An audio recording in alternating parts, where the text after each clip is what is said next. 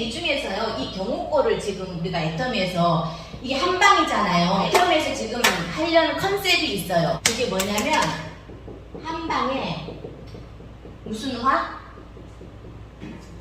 한방에 아니 식품화. 한방의 식품화. 한방 원료를 가지고 우리가 먹는 일반 식품을 만들려고 한 거예요. 근데 원래 그래서 경옥고는 있잖아요. 한의원이나 약국이나 이런 데서 파는 의약품이래요. 근데 우리 애터미는 약국 회사가 아니잖아요. 약회사가. 근데 어떻게 팔 수 있냐면 여기에 들어가는 원료는 특허가 아니잖아요. 인삼, 뭐 우리 집에도 인삼 있고 다 있잖아요. 꿀 있잖아요. 그러니까 그 원료 하나하나는 의사들만 해야 되는 게 아닌 거예요. 원료는 아무나 할 수 있는 거예요. 그러니까 그 원료에다가 또 우리는 애터미는 부원료를 또 넣었어요. 부원료를 넣고 이름을 바꾸면 일반 회사에서도 팔 수가 있는 거예요. 그리고 약국이나 한약 같은 약은요, 택배 배송을 못 한대요. 그래서 저 멀리 있는 약국에서 유명한 약이 있다 그러면 택배를 못 붙여준다고 하더라고요. 근데 우리 이 경옥고는 택배를 다 오잖아요. 그게 이제 그 의약품이 아니라 우리는 그냥 일반 식품으로 돼 있어요. 건강기능식품 아니고 이름이 뭐예요? 우리가 활진기고잖아요. 이 활자 대신에 원래는 그러니까 중진기고는 뭐예요? 2023년도에 애터미 사자성어잖아요. 떨쳐 일어나서 깃발을 새로 꽂자 활기차게 나가자 이런 뜻에다가 활자를 빼고 중자를 집어넣어서 중자를 빼고 활기차다 하는 뜻의 활자를 넣어서 활기차게 앞으로 나아가서 깃발을 꽂자 해서 활진기고라고. 이 고유 명사예요. 우리 애터미에만 있는 거. 근데 이 경옥고가 어떤 거냐면요, 이거 책이 있어요. 책이 조선시대 때 책이에요. 지금부터 400~500년 전이죠. 이 책이 몇 권이냐면요, 25권으로 되어 있는데 이게 하나의 그 책이에요. 뭘까요? 이게 동의보감이에요. 근데 이 동의보감이 25권으로 되어 있어요. 이게 그 동의보감 하나야. 근데 이 동의보감 책이 어떻게 탄생을 했냐면 그 조선시대 때 일제가 우리나라에 쳐들어온 거 유명한 거 뭐 있죠? 1592년도에 임진왜란이 일어났어요. 근데 이게 거의 막 엄청 몇 년 동안 지속이 된 거예요. 길게 몇 년 동안. 그러니까 잠깐 1596년도쯤 됐는데 잠깐 전쟁이 이제 소강 상태. 이게 몇 년이야? 2, 3, 4, 5. 4년을 지치고 막 전쟁통에 하다가 요때 잠깐 소강 상태가 된 때가 있어요. 이때 백성들이 다 지치고 전염병이 돌고 막 질병이 걸리고 하니까 이때 임금이 선조 임금이에요. 선조 임금이 허준이 이 병원이 아니라 이 왕실에 들어와서 거기에 그 왕의 주치의 역할도 하고 왕실에 있는 사람들 그 진료도 하고 의사였던 거예요. 허준이. 그러면서 이 선조가 저기 막 전쟁통에 저 의지로 유배갈 때 다들 안 간다고 하는데도 허준은 선조를 꼭 붙들고 가서 막 건강이 악화되지 않도록 도와주고 했던 그 허준이 선조의 신임을 엄청 받고 있었는데 그러고 있었어요. 근데 소강상탁 때 되니까 선조가 안 된다. 지금 우리 백성들이 너무 힘드니까 허준을 포함해서 6명한테 이제 책을 편찬을 해라라고 하는 거예요. 근데 그때만 해도 책이 어디 거냐면 막 중국의 책들 너무 어려워 복잡해. 한자가 천재 너무 어렵고 막 이러니까 중국의 책들하고 우리나라의 책들을 다 집대성 해가지고 우리 백성들이 탁 찾아보고 이럴 때는 이렇게 먹으면 되는구나 그런 것들 한글로 좀 적었으면 좋겠고 우리나라에 나는 약자로 했었으면 좋겠고 백성들이 쉽게 알아갔으면 좋겠고 하는 그런 책을 편찬을 해라라고 6명한테 하라고 명령을 내리는 거예요. 그래서 이분들이 막 이렇게 연구를 하고 있는데 조금밖에 안 돼갖고 1597년도에요. 또 일제가 잠깐 쉬었다가 휴전했다가 또 쳐들어와요. 이게 전쟁이 뭐냐면 정유재란이에요. 그러니까 정유재란은 임진왜란하고 뭐 같은 일본에서 쳐들어온 거. 정유재란이 또 일어난 거예요. 그러니까 이 6명이 그 막 연구를 하던 그게 다 이제 파토가 난 거죠. 파토가 나고 다 흩어졌는데 허준만 한 명이 남은 거예요. 그러니까 임금님이 준아 너라도 혼자 해봐라 이러면서 막 온갖 책들을 막 후원해주고 막 이렇게 해줘가지고 이 허준한테 혼자서 책을 집필하라고 명령을 내려요. 그래서 허준이 열심히 하고 있는데 1608년도에 그러니까 이때도요. 허준은 예전부터도요. 막 동네 사람들 뭐 전염병이 돈다고 다 고치고 입에서 종기가 났다고는 고치고 엄청 유명하게 이렇게 있다가 그 친척의 추천으로 여기 왕실에 들어가서 주치의 역할을 하고 있었던 거예요. 그래서 이때도 이제 막 그런 그걸 하고 있었는데 1608년도에 어떤 일이 일어나냐면 자기를 아끼던 이 선조가 죽어요. 근데 병에 걸렸어요. 근데 이걸 고칠 수 있는 사람 나라 그러니까 아무도 안 나가는 거예요. 그래서 허준이 손을 들고 제가 해보겠습니다. 라고 선조를 고쳤어요. 그래서 났어. 근데 또 한 조금 있다 또 병에 걸린 거예요, 선조가. 그러니까 또 허준이 이번에 약을 조금 세게 썼는데 결론은 죽었어요, 선조가. 그 병을 못 이기고 죽은 거예요. 죽으니까 옛날에는 이렇게 이 임금이 죽으면 그 주치의가 유배를 가요. 귀양살이를 가야 돼. 허준을 귀양을 보내는데 귀양 가서 이 사람은 아우 내가 내 팔자야 이러고 있었을까요? 내가 괜히 왕실에 들어가가지고 이렇지 않고 이 동의보감 이 책 쓰는 거를 마무리를 해야 되겠다라고 결심을 하고 거의 한 1년 8개월 정도 약 2년 동안에 걸쳐서 유배지에 가서 책을 완성을 한 거예요.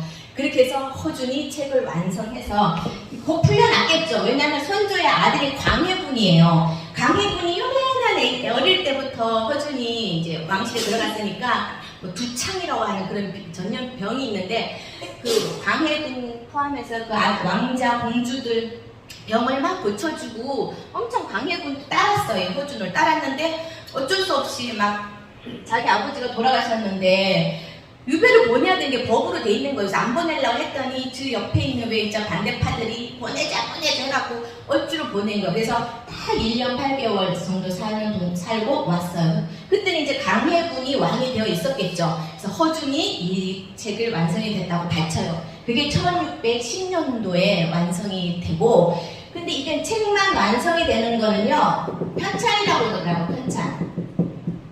근데 1613년, 요 3년 동안 뭘 했냐면요. 이거를 옛날에는 붓글씨로 썼을 거 아니에요. 하나하나. 근데 이거를 나무판에다가 새기는 거야.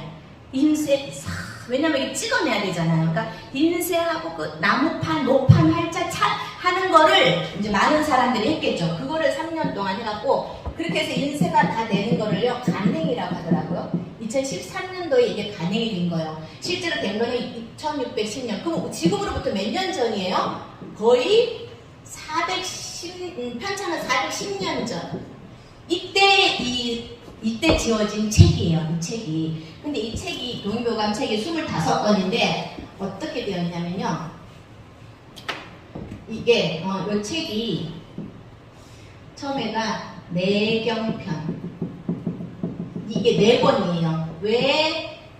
외형편 4개, 작병편이 11권. 대충 이름만 봐도 뭔지 알겠죠? 탕액편. 요거는 3권.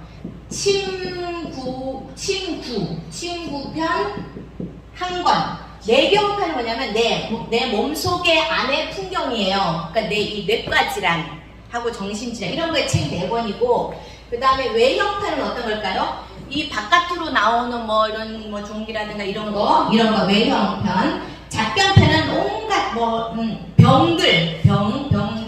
탕액편은 뭐야? 탕이 뭐야 우리가? 한약 끓이면 야자. 그러니까 온갖 약재들로 약을 만드는 거. 침구편은 뭐예요? 침하고 뜸 뜨는 거. 그런 거 이론이 적혀 있어요. 이렇게 많은 책이 있는데 이 중에서 우리도 병원 가면 어디가 제일 중요해? 내과가 제일 중요하잖아. 여기도 이 내경편이 제일 중요한 책.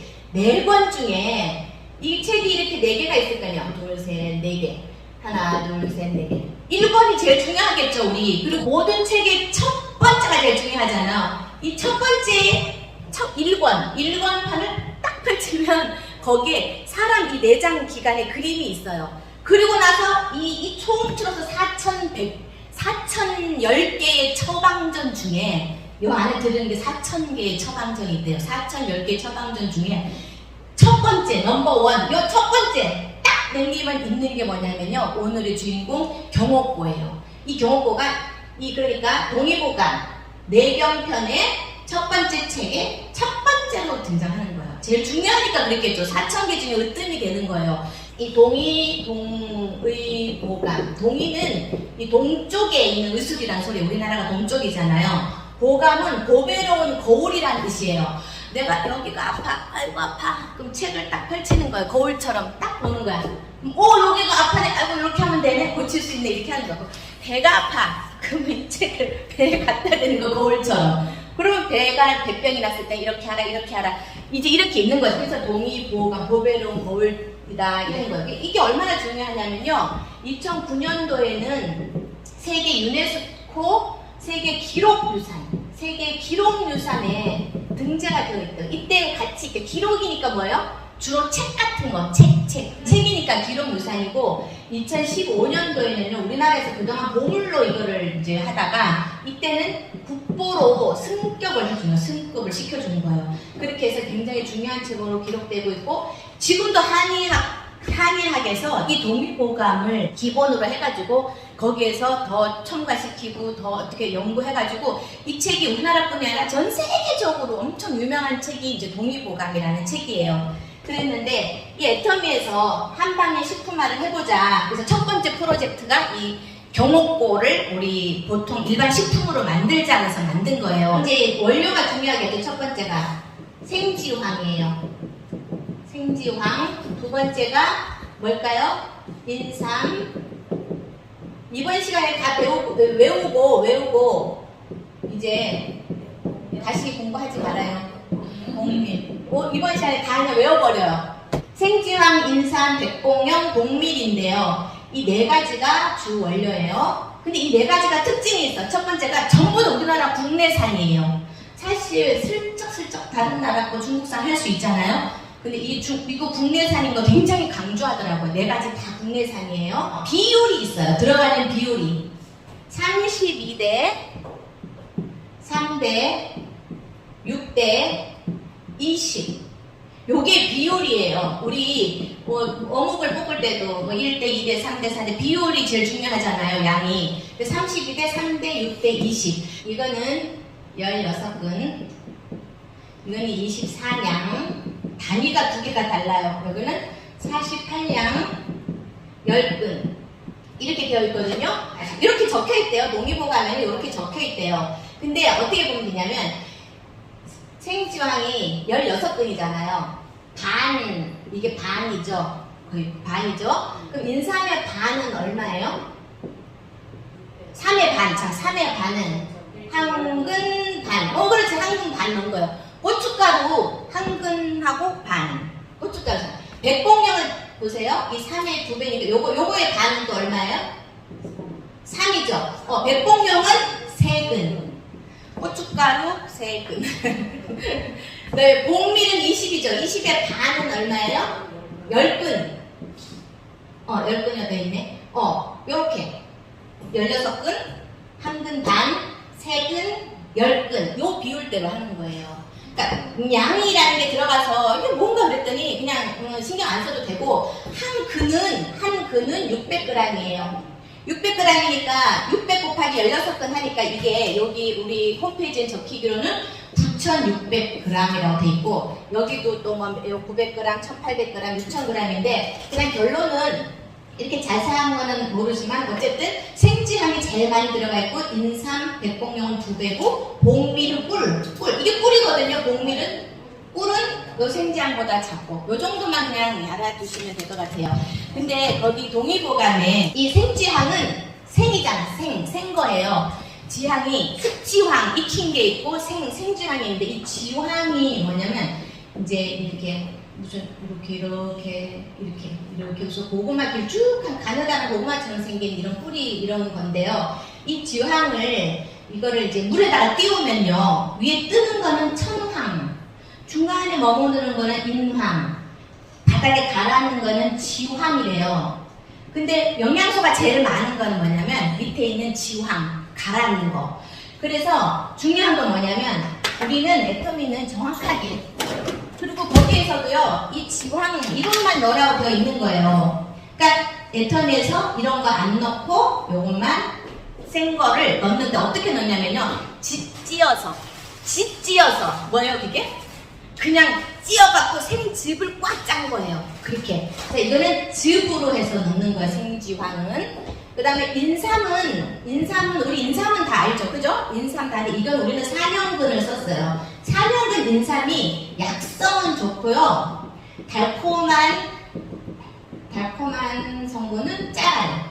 단 성분은 작다. 약성은 높고 단 성분은 낮아요. 이 인삼도 어디 외국 거 쓸 수도 있잖아요. 근데 이것도 우리나라 국내산 인삼을 다 썼고 아주 정확하게 썼고, 인삼은 뭐를 내냐면요, 가루를 낸대요. 가루. 말려서 분쇄해서 가루를 내는 거예요. 가루. 초미립 가루예요. 그리고 백봉령은 뭐냐면요, 백봉령은 소나무가 이렇게 있잖아요. 소나무가.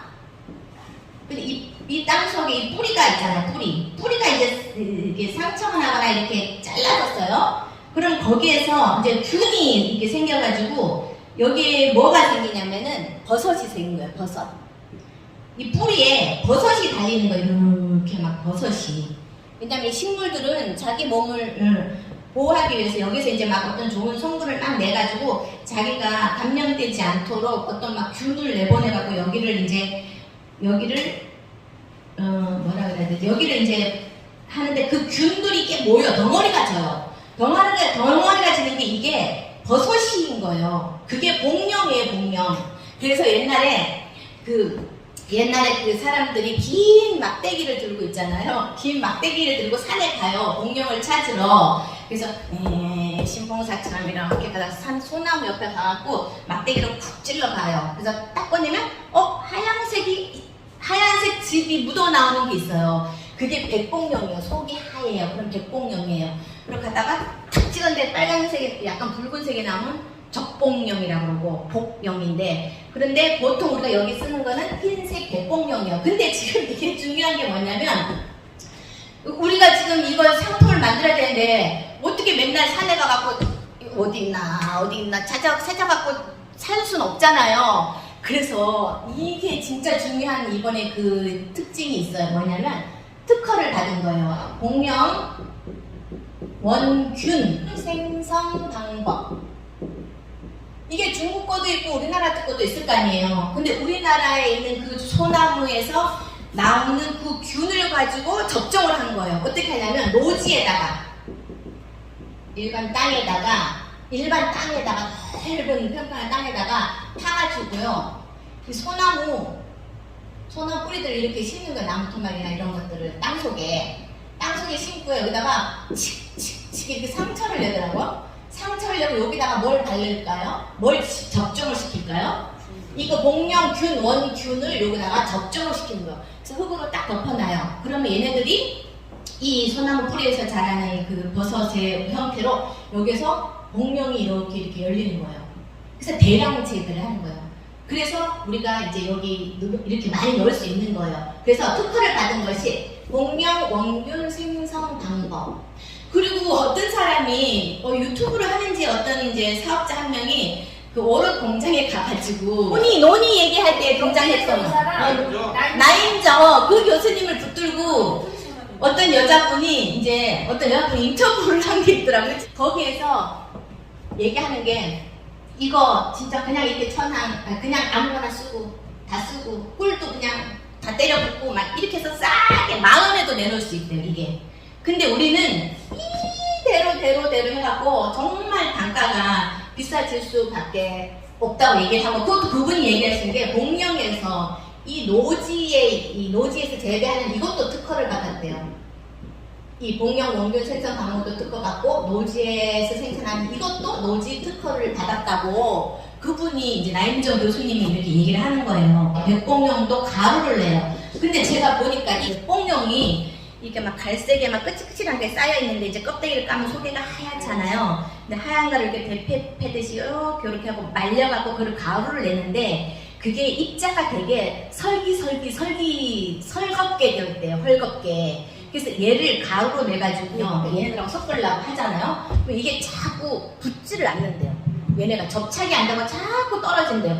그래서 이 목룡을 특히 잎 접착이 좋게 얘네들 다른 재료와 어우러지게 하려면 아주 초미세 가루, 그 100마이크로미터면 엄청 작은 가루로 그 파쇄를 시키는 그 기술이 또 애터미만의 기술인 거예요. 딴 데는 그냥 이거 그냥 가루 휙 내갖고 그냥 씩 넣는 거예요. 근데 우리는 그렇게 했더니 덜 섞어지더라. 너무 입자가 이게 설거워서 얘네들이 안 되더라 해서 그거를 진짜 잘게 파쇄시키는 거 엄청 정성을 들여서 하는 그런 기술로 하더라고 이 백봉룡이. 그 다음에 이 목밀은 그냥 꿀이래요. 꿀을 그냥 한약방에서 그냥 목밀이라고 부른대요. 이 꿀도요 이렇게 거기에 뭐라고 돼 있냐면은 동의보감에 이거를 그냥 꿀을 넣어라가 아니야. 꿀을 넣어라가 아니야. 숙밀 형태로 넣어라.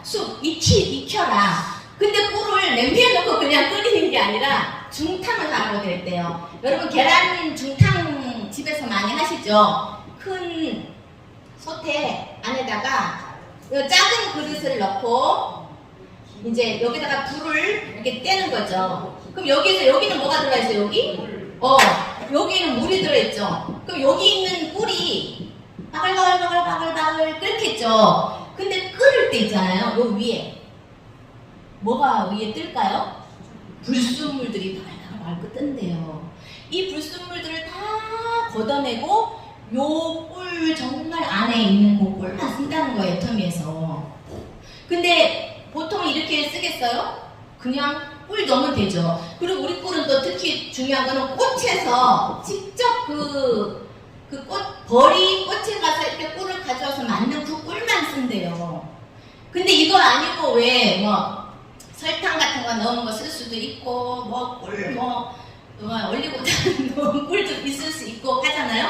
근데 그런 거 전혀 아니고 진짜 정말 버리 꿀을 가져온 그 꿀만 써가지고 여기를 만들고 그거를 또 중탕을 해서 위에 다 버리고 썼다는 거예요. 그래서 그 나임정 교수가 하는 말이 이거를 만든 곳이 주식회사 옥천당이라고 우리 홈페이지에도 있어요. 그 설명에 보면 옥천당이라고 있는데 그게 한의학 그런 소재를 가지고 여러 가지 제품을 개발한 회사예요. 근데 그 회사에서 진짜 이 방식대로 하고 있더래요.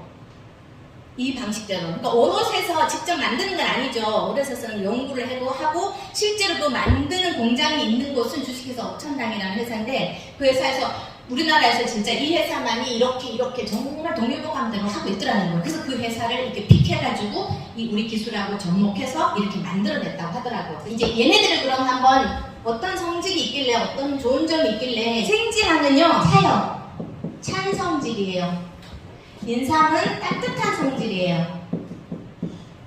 이거 두 개가 참 대비돼요. 근데 생지향은 어떤 역할을 해주냐면요. 우리 몸에 찬 성분이니까 어떤 역할을 해주겠어요? 몸에 막 열이 많은 사람들은 열을 내려줘요. 열이 많으면 말라. 입술도 마르고 몸이 말라요. 그런 거 내려주는 거예요. 그 다음에 심해 혈 보충. 얘가 또 피를 모든 우리 대소변, 코피, 토혈 이런 모든 피에 관련된 그 출혈을 치료해줘요. 그리고 몸이 가벼워지고 늙지 않게 해주는 게 이게 생지향이래요. 가벼워지고 늙지 않게 해주는 거. 그다음에 인삼은요 따뜻한 성질이죠. 인삼은 열 있는 사람 먹지 마라 이런 말 한다고 그랬잖아요. 그거 아니더라고요. 이게 남자 주변 한의사가 나와갖고 이거 이제 얘기를 하는 거예요. 이게 따뜻한 성분이라서 열 있는 사람은 경호권을 못 먹는다 이런 말이 있는데 아니라고. 이렇게 가공을 하면서 그런 성분이 다 없어진대요. 안 좋은 성분이 없어져가지고 괜찮다고 열 있는 사람들 괜찮다고 그 얘기를 한의사가 하시거든요. 인삼은 전과 신, 몸과 정신을 편안하게 해주고요. 또 위장, 오장의 기를 보충해줘요. 건망증, 기억력을 좋게 해줘, 없애줘요. 이게 위장이니까 이거는 소화가 잘 되게 해줘요.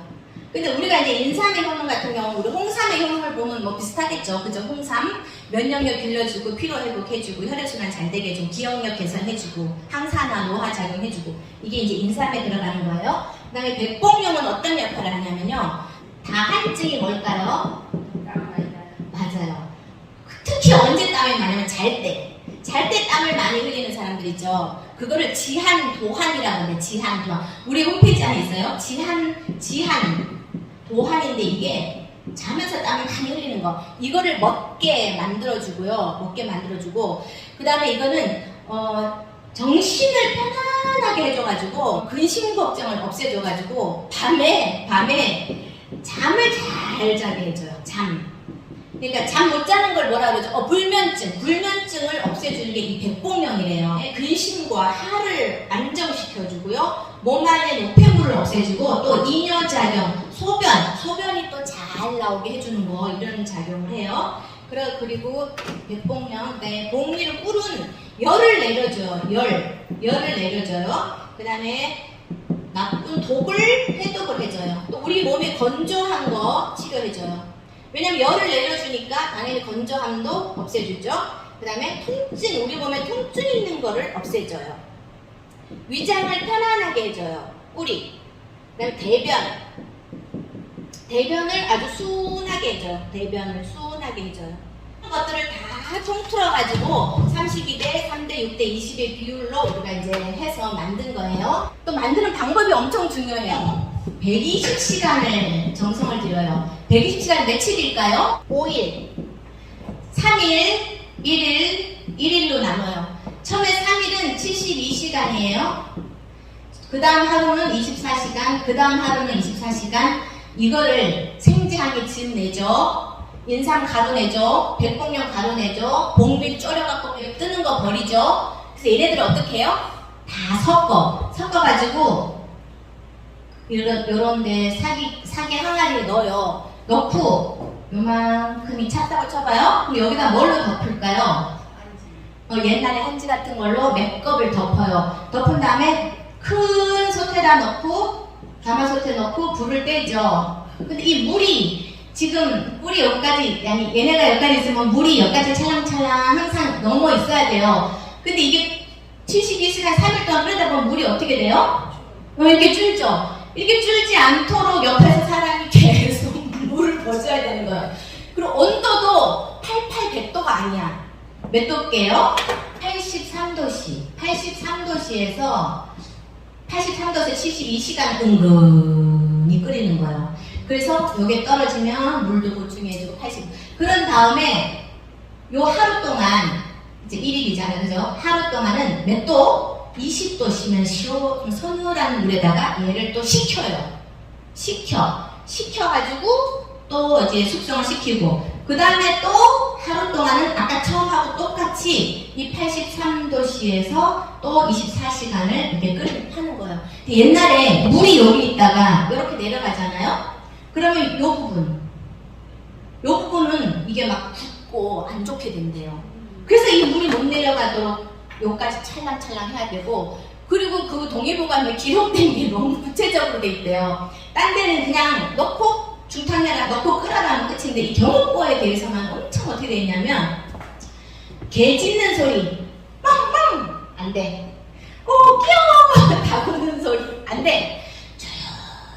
조용히 해야 돼. 그 다음에 뽕나무를 떼어야 돼. 이 땔감을 뽕나무로 해야 된대요. 그래서 뽕나무가 왜 뽕나무로 해야 되나 봤더니 뽕나무가 이 조직이 아주 치밀하대요. 그래서 우리가 예를 들면 신문지나 뭐 이런 대패 같은 거 너무 불이 헐 탔다가 꺼지고 하는데 이 뽕나무는 아주 치밀해가지고 불이 일정하게 그대로 갈 수 있는 나무가 뽕나무라는 거예요. 그래서 이 뽕나무가 이 조선시대 때 있잖아요.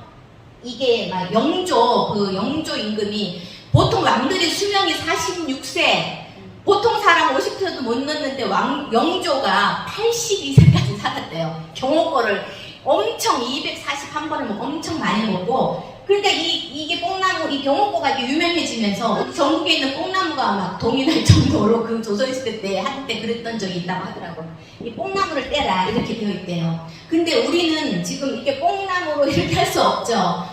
그러면 어디세요? 그 주식회사 옥천당에서 그들만의 현대화한 현대 전통, 한방의 식품화, 전통의 현대화. 이게 애터미의 컨셉이에요. 앞으로 이걸 들으실 거예요. 많이. 이제 들으면 이제 귀에 들어올 거예요. 저번에도 얘기했었어. 그 전통의 현대화. 그러니까 지금 현대 방식으로 해서 이렇게 경옥고를 이제 만들어 냈다는 거예요. 그리고 그 다음에 엄선한 부원료는 도라지 농축을 시켜요. 도라지 농축액. 두 번째가 진피 추출물. 진피 추출물. 세 번째가 사상 분말. 예?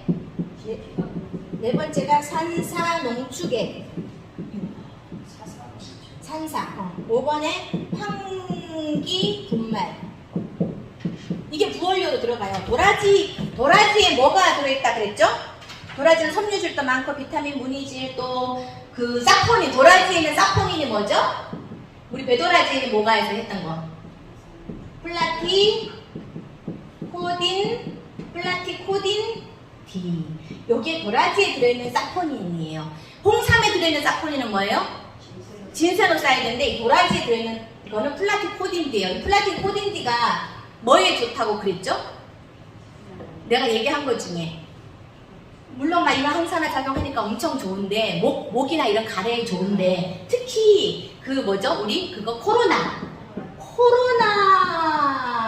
안 걸리게 도와주는 게 이 도라지에 있는 플라티코딘이에요. 왜냐면 코로나도 이 호흡기 질환이잖아요. 얘가 호흡기에 좋잖아요. 코로나도 호흡기 질환이잖아요. 그래서 플라티코딘D가 이제 들어있고, 그다음에 진피는 뭐냐면 진피가 귤 껍질이래요.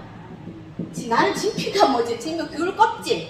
근데 비타민이 많고 소화에도 잘 되고요. 사상 분말은 사가 모래사자예요. 모래사자. 그래서 모래 땅에서 잘 자라는 삼들 중에 하나예요.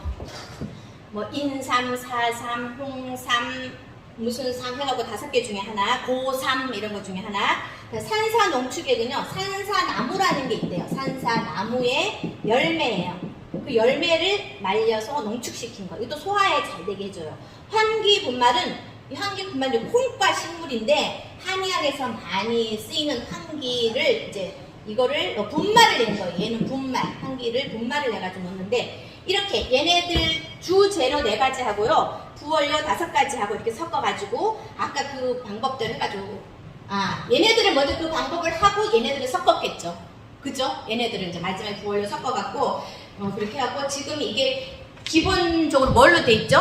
그 우리가 스틱형 옛날에는 이게 이렇게 이렇게 내가지고 예쁜 걸로 이렇게 싸가지고 아무도 못 먹게 해가지고 숟가락으로 퍼먹고 그 형태니까 그랬는데 지금은 딱 스틱형으로 나와갖고 한 포씩 그리고 조금씩이라도 꾸준히 먹어야 효과를 본다고. 저는 한 통 샀어요. 처음에 샀는데 15개가 들어있거든요. 그걸 먹고 이제 또 나머지는 이제 식구들 맛보이고 또 아들이 기침을 그때 많이 했었어요. 그때 감기에 걸려갖고. 그래서 너 먹어라, 너 먹어봐라 하고. 이게 특히 할증기고 경험거가 좋은 게요. 폐, 기침, 오랜 병 끝에 지쳤을 때 기관지, 폐 이런 쪽이 엄청 좋대요. 이게 할증기고를 홍보 많이 했으면 좋겠습니다.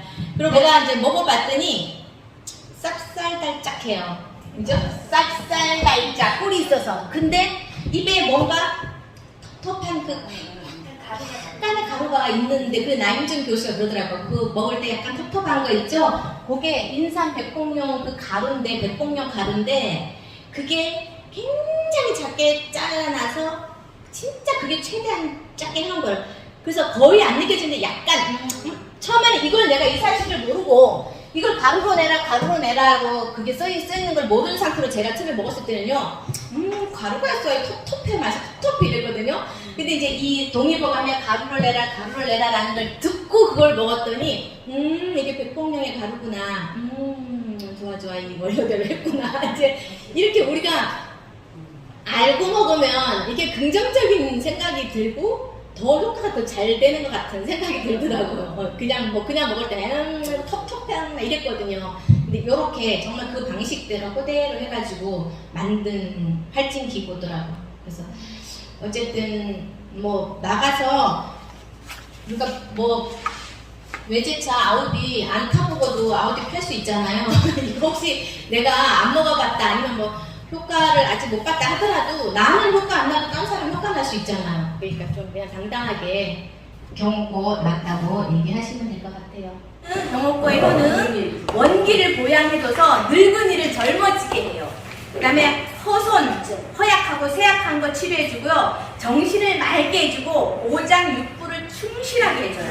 그 다음에 흰머리가 검어지게 하고 빠진 이빨이 다시 나요.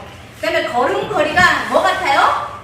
뛰는 말처럼 엄청 빨라지고, 그 다음에 하루에 이거를 2~3번 나눠 먹잖아요? 그러면 이게 배고픈 게 없어지고, 갈증, 목마른 게 없어져요. 그리고 이 한 젤을 몇 등분?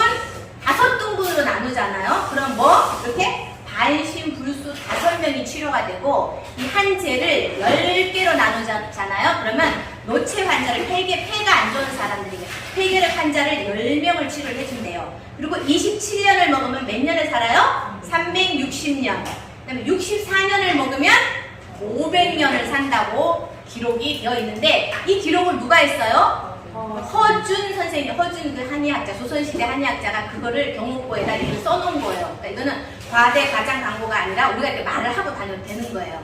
아셨죠? 네, 감사합니다.